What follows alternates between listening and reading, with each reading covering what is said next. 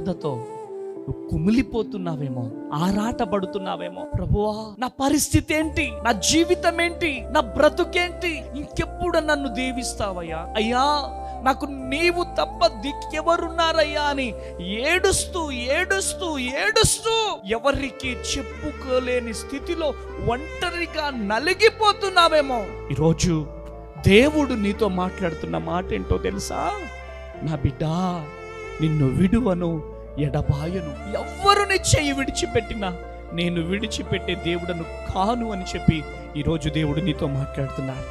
ఈరోజు నీవు గనక ఈ మాట వినగలిగితే, ఎక్కడైతే కన్నీరుగా అరుస్తున్నావో అక్కడే నీ కన్నీళ్లు తుడుచుకొని, అయ్యా నాతో మాట్లాడినందుకు వందనాలు, అయ్యా నన్ను ధైర్యపరిచినందుకు వందనాలు, ఈ మాటలు పట్టుకొని నేను నిలబడతానయ్యా అని గనక నిలబడగలిగితే నిన్ను నా దేవుడు నిలబెట్టబోతున్నాడు.